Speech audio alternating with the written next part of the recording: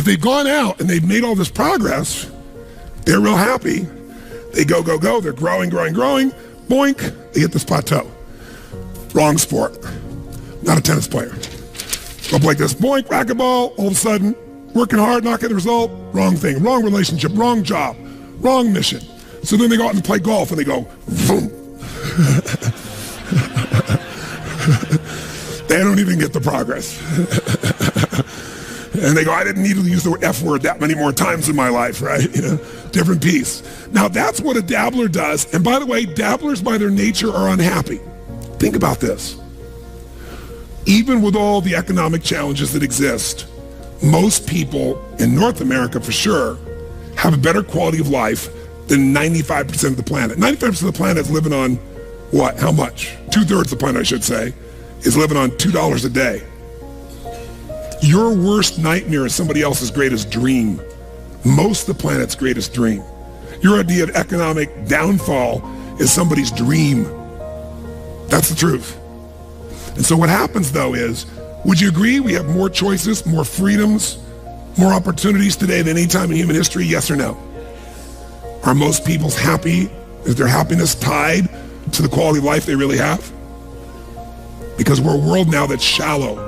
Most people are dabblers. They try something for a while, doesn't work out, they do something else. Now you wouldn't be in this room for 5 days if you were a dabbler, but how many of you got to deal with some of these dabblers out there? Say I. Dabblers are the people you want to make sure you keep off your team or get off quickly, because they're going to quit anyway.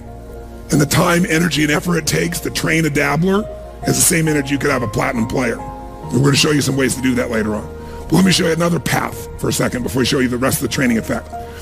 Let's take the path of what I call a stressor. Here's the stressor's philosophy. I find the way. Who can relate to this? Say I.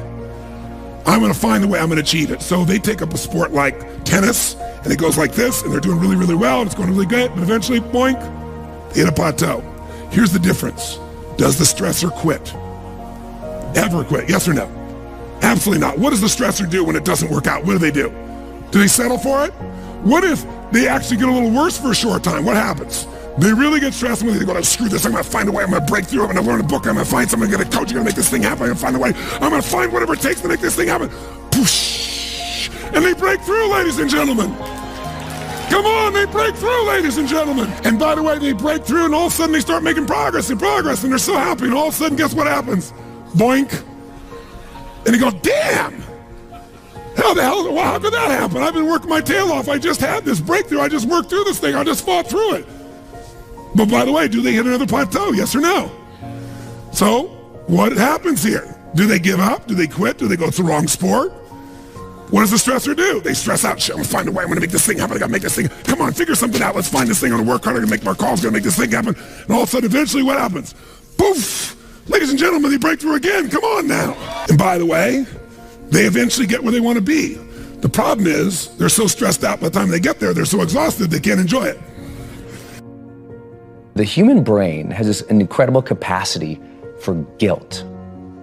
And most people unconsciously let that roll over them and kick their butt and make a horrible life.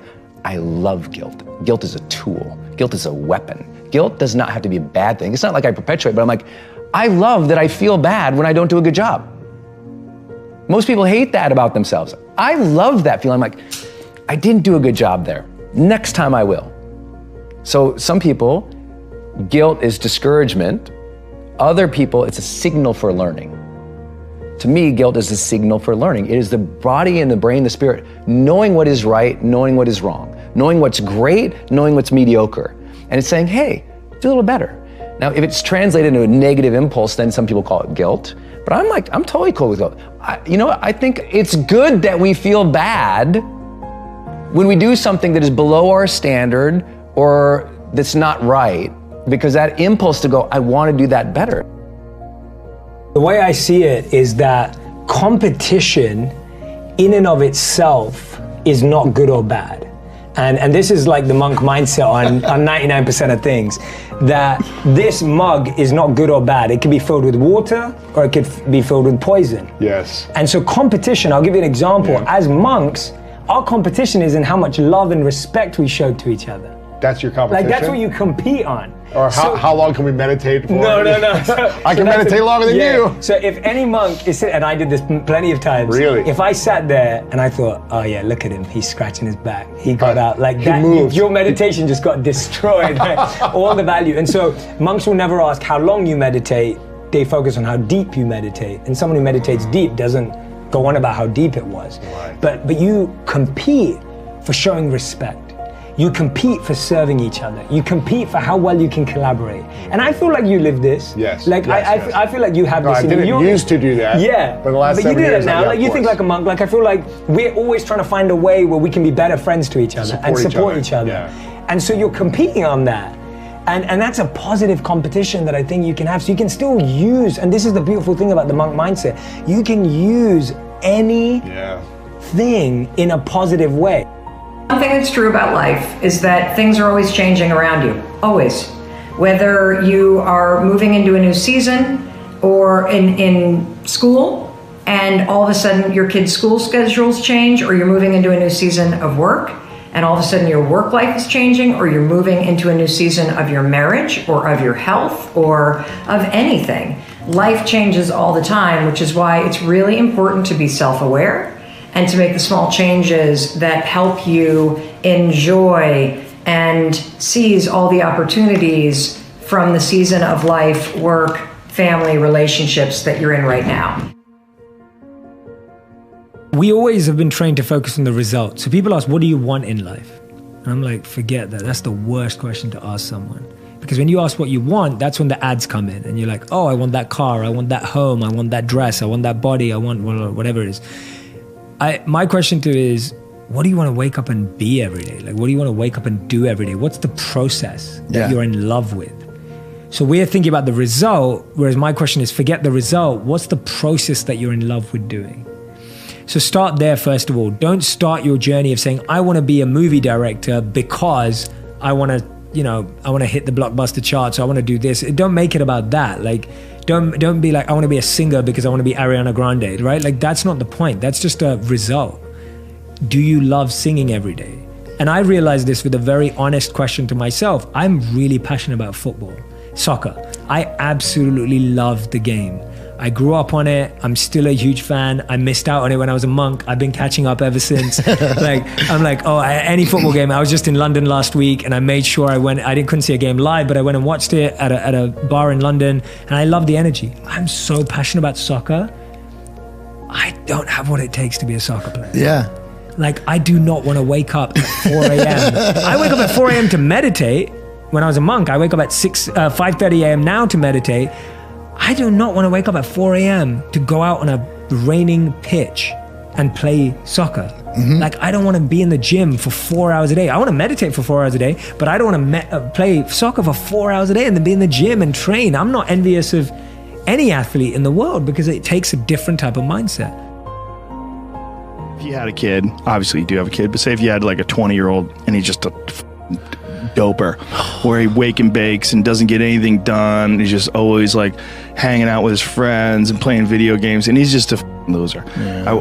I wish there was a way you could show someone like that. Like, I know that you're getting some comfort and satisfaction out of just laying around, doing nothing, eating, getting fat, but your life would feel better and richer if you had a goal, you chase that goal, you accomplish some things, and you would get this boost of confidence, you get this boost of self-esteem, like whatever it is that you're into doing. Maybe you're into drawing comic books, maybe you're into making pottery or sculptures, but find whatever the that is and pursue that instead of doing nothing. Like, the people that are doing nothing, those are the real people. I mean, look, doing something might be as simple as like that Alex Honnold guy.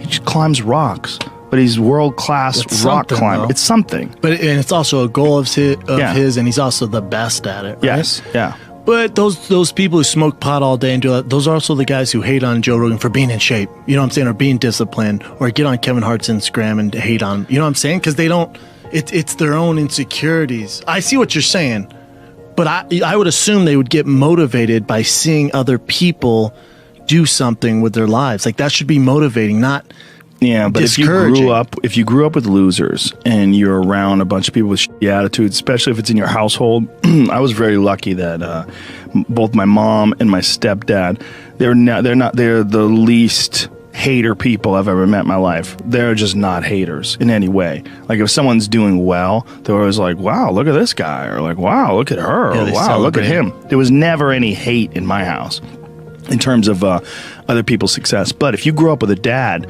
and your dad's like, yeah, all these rich assholes, this you think she's a badass, and this, there's people that look at other people's success, and instead of saying, wow, that guy did a lot of work, like the way I'm a successful person, but the way I look at Kevin Hart, he exhausts me, or The Rock, those guys exhaust me. I'm like, Jesus Christ, like I feel lazy next to those guys. Like they do so much. Like those guys are so overbearingly ambitious, but some people, they see that and they compare themselves and they don't like it, so they start getting really shitty. And it's like a natural feeling to try to chip away at that person. I believe in human possibility, human potential, and I think that one of our biggest limiting beliefs is the belief of how limited we really are. And so my interest is to give people the science to begin to understand how powerful they really are. And I think that science really is the language that does that really well. And the new sciences like quantum physics and neuroplasticity, neuroscience, neuroendocrinology, psychoneuroimmunology, the mind-body connection, epigenetics, all of those sciences point the finger at possibilities. So I want to create a language for people from a philosophical or theoretical standpoint for them to begin to understand what's possible. But then I want to be able to have those people begin to wire that information in their brain completely, because learning is making new connections, right, in the brain.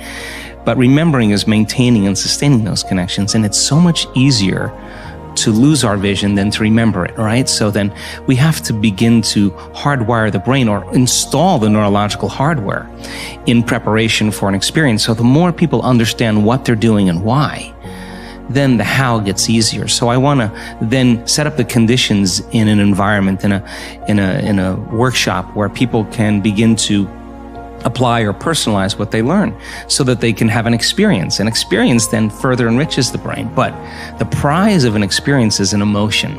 And once you start feeling unlimited, once you start feeling abundant, once you start feeling worthy, now you're teaching your body chemically to understand what your mind has intellectually understood. So knowledge is for the mind and experience is for the body, and people begin to embody the truth of that philosophy. Now, if they can repeat it over and over again, it'll become innate in them. It'll become natural, second nature, will become easy. They'll begin to master that philosophy. So I want people to begin to understand that thoughts are very powerful. Feelings drive our thoughts, and that they can begin to create a better life for themselves once they understand some of these principles.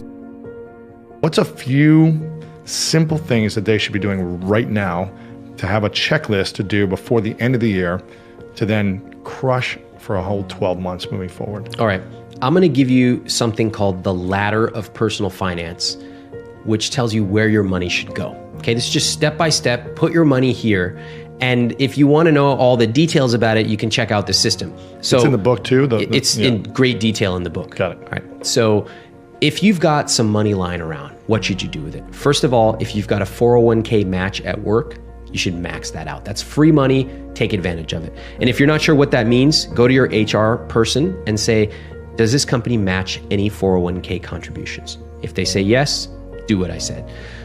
Next, if you've got debt, pay it off. Pay it off aggressively. You know, what's interesting is that most people in debt who I talk to don't actually know how much they owe. And that's shocking. You would think, of course they would know. No, they don't, because who wants to proactively stare at their debt all day? Yeah, and just feel bad about it. Yeah. But you know what? You feel much better when you have a plan. And the number one question I ask folks when they tell me they have debt, I say, number one, do you know how much you owe? They never do. Number two, for the rare people who say, you know, 15,000 or 70,000, whatever, I say, what is your debt payoff date? You can actually plug it in. You can plug in a debt payoff calculator online. You can map it all out, and you will be able to know the exact month your debt will be paid off. Based on how much you're spending right now. Based on how much you're contributing to that debt payoff. Now, you will be able to see that if you add an extra $50 a month or $100 a month, that thing will actually oftentimes shorten by years because of the interest. It doesn't matter if it's going to take you 3 months or 4 years to pay off your debt. It doesn't matter to me. What matters is that you know the date. Okay, so that's number 2, pay off any debt you've got. 3, if you've got money left over, go to your Roth IRA. And if you can, max that out. That's a great tax advantaged account. It grows tax deferred, is that right? Yeah. Yeah. Okay, so So that's 3. that's 3. Okay, it's actually post-tax money.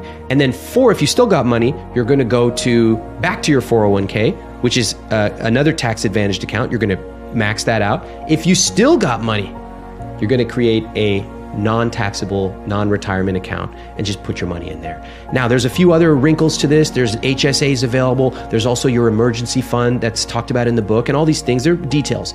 But that just shows you, when you've got money, this is where you go. There's a structured way of thinking about it. A ladder towards financial success. Exactly. And if you follow the steps, it's almost like a waterfall. It just goes from step 1 to step 2 to step 3, and your money's going where it needs to go automatically, and you will feel great. You'll feel great, which is so important. And also, you're going to look at your accounts and see debt's going down. Investment and savings are going up. And all of a sudden, you wake up 6 months from now, and you're like, oh my God, I didn't realize I have that much saved in my savings account. That's because of the decision you made today.